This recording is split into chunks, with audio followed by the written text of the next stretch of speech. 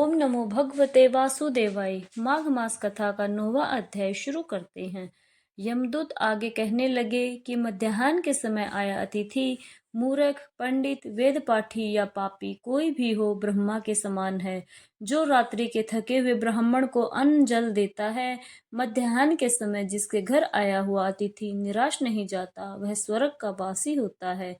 अतिथि बराबर कोई धन संपत्ति तथा हित नहीं है। बहुत से राजा और मुनि अतिथि सत्कार से ब्रह्मलोक को प्राप्त हुए हैं।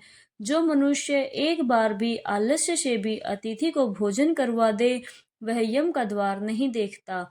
केसरी ध्वज से वे वसवत देव ने कहा था कि जो कोई इस कर्म भूमि मृत्यु लोक से स्वर्ग लोक जाने की इच्छा रखता हो, वह अन्न का दान करे। और यमदूत आगे बताते हैं कि यमराज कहते हैं, अन्न के बराबर दूसरा और कोई दान नहीं है।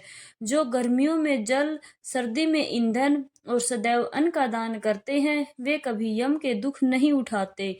जो अपने किए हुए पापों का प्रायश्चित करता है, वह नरक को नहीं देखता, और प्रायश्चित न करने वाला मनुष्य नरक में जाता है।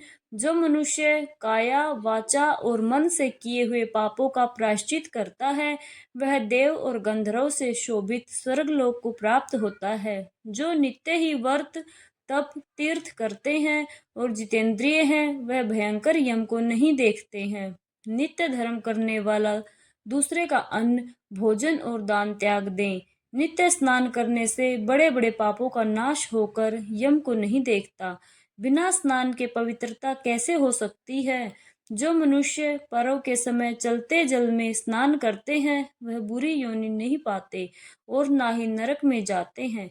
माघ मास में प्रातः स्नान करने वाले मनुष्यों को नियम पूर्वक तिल, पात्र और तिल कमल का दान करना चाहिए। यमदूत कहते हैं कि हे विकुंडल, पृथ्वी, सोना, गौ आदि परम दान करने वाला स्वर्ग से नहीं लौटता। बुद्धिमान मनुष्य पुण्यतिथियों, व्यतिपात, संक्रांति आदि को थोड़ा सा दान करके भी बुरी गति को प्राप्त नहीं होता। सत्यवादी, मौन रहने वाला, मीठा बोलने वाला, क्षमाशील, नीतिवान, किसी की निंदा न करने वाला, सब प्राणियों पर दया करने वाला, प्राय धन को तृण के समान समझने वाला मनुष्य कभी नरक को नहीं भोगता। जय श्री हरि।